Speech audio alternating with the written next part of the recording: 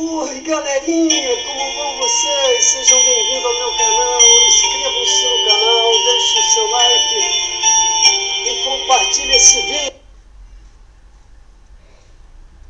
It's a kind of spiritual experience. É um tipo de experiência espiritual para alguém como eu ter a oportunidade de ver como é um templo dos santos dos últimos dias.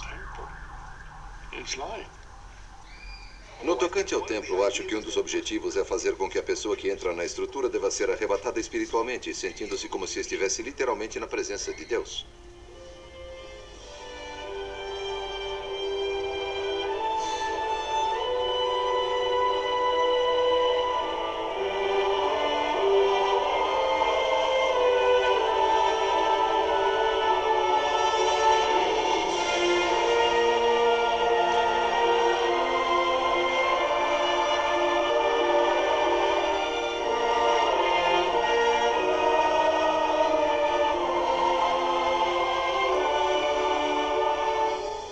Muitos se admiram com a ênfase dada pela Igreja de Jesus Cristo dos Santos dos Últimos Dias a seus templos e ficam confusos quanto ao seu propósito. Fico ao mesmo tempo curioso e maravilhado de ver tantas tradições religiosas antigas, especialmente tradições bíblicas, sendo utilizadas nas estruturas e nos rituais religiosos dos Mormons. Tanto a origem quanto a mais elevada definição de alegria na tradição judaica é o templo. E muito disso se deve a uma combinação de duas coisas: a estética, a beleza do lugar e o simbolismo. Creio que o templo é uma grande metáfora na Terra de como será o céu. Todos esses símbolos têm o propósito de evocar essa espiritualidade na pessoa e fazer com que sinta que o ser humano pode achegar-se a Deus. I find in Vejo no mormonismo, em sua perspectiva renovada do templo, e ao transcender, ultrapassar e atravessar a barreira que separa esta vida da eternidade, algo muito bom de se tomar conhecimento. O conceito do templo não é novo. O Velho Testamento inclui muitas referências aos templos. Adão, de acordo com o relato de Gênesis, é inspirado, depois da queda, a orar. Mas lemos que ele ora em um altar. Essa pode ser a mais antiga definição de um templo. De certa forma, é um altar onde a pessoa oferece a si mesma ou faz algum tipo de sacrifício, entrando assim em comunhão com Deus. No judaísmo antigo e no período bíblico, o conceito do templo é de um lugar especial em que Deus está sempre presente. O templo era a casa de Deus. Era onde o divino e o humano se tocavam. O templo terreno é uma réplica do templo celestial. Deus está lá. Ele fez daquele lugar a sua morada, por assim dizer. Portanto, quando queremos sentir sua presença, comunicar-nos com Ele, basta entrarmos naquele lugar especialmente santo. No judaísmo, parte disso passou para a sinagoga, mas em geral entende-se que a presença real de Deus se encontra em um nível bem mais elevado, pode-se dizer, na estrutura de um templo. Depois de libertar os filhos de Israel da escravidão no Egito, o Senhor ordenou que Moisés construísse um tabernáculo portátil, um tipo de templo para ser usado durante sua jornada pelo deserto. De seu ponto de vista, eles tinham deixado o Egito sob a liderança de Deus, receberam a sua lei e a primeira coisa que teriam de fazer seria construir aquele santuário portátil. É um meio pelo qual alguém se comunica com Deus. Chama-se templo de reunião ou templo de conselho. Vocês devem lembrar que Moisés foi ao tabernáculo para receber revelação de Deus. O tabernáculo de Moisés foi construído com os materiais mais refinados, preciosos e caros disponíveis na época.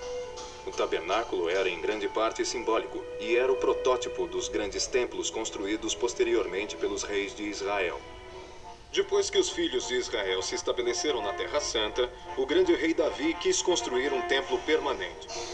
Ele começou a adquirir os melhores materiais de construção, mas foi o seu filho Salomão quem teve a permissão de Deus para realmente construir o magnífico templo de Jerusalém. Após muitas gerações de distúrbios políticos e sociais, o grande templo de Jerusalém entrou em decadência. Herodes, o rei da Judéia, reconstruiu o templo 16 anos antes do nascimento de Cristo. Foi nesse templo que Cristo esteve em seu ministério mortal. É óbvio que Jesus e sua família iam ao templo. Seus pais o levaram lá. Ele foi encontrado ali conversando com os sábios quando ainda bem jovem. E grande parte de seus ensinamentos mais impressionantes foram proferidos no interior dos pátios externos do Monte do Templo. Depois da época em que o Salvador esteve na Terra, houve mudanças nas crenças e práticas religiosas instituídas entre os homens. E o propósito e a função dos templos foram perdidos. Esse propósito foi restaurado na Terra por intermédio do profeta Joseph Smith, quando o Evangelho de Jesus Cristo foi restaurado em sua plenitude. Para se compreender por que construímos templos, é preciso compreender que acreditamos em revelação e na restauração do Evangelho. E restaurar significa trazer de volta algo que estava perdido. Não uma nova invenção, mas uma restauração do que era conhecido antigamente. E acho que a experiência mórmon do templo como que restaurou aquele significado da palavra templo. No templo fazemos coisas por nós mesmos, mas basicamente fazemos coisas pelos outros. Uma das ordenanças sagradas do templo é o batismo pelos mortos, para que realizemos batismos em favor daqueles que viveram antes de nós.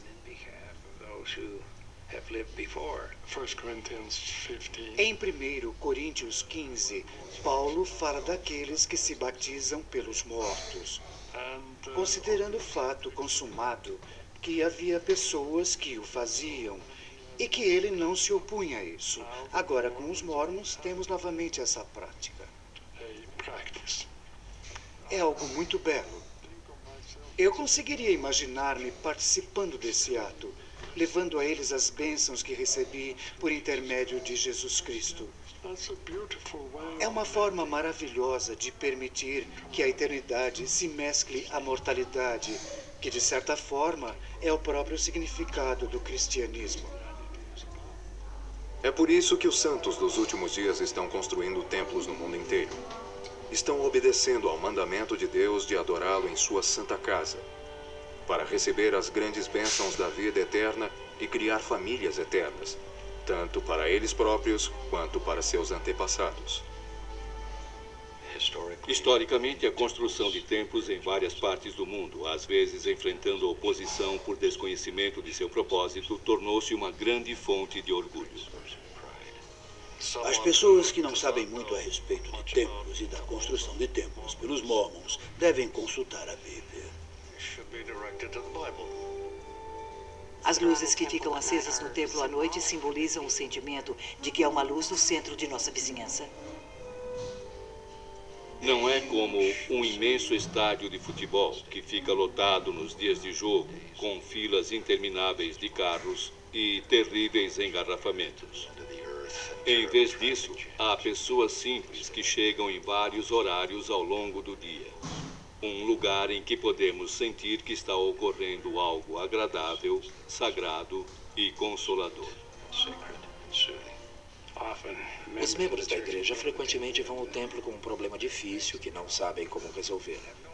E ao irem ao templo e passarem pelas cerimônias ali realizadas, como dizem as escrituras, a voz do Senhor lhes vem à mente e o que era insolúvel passa a ter solução. Podemos fazer isso porque Jesus é o Filho de Deus e o Salvador do mundo.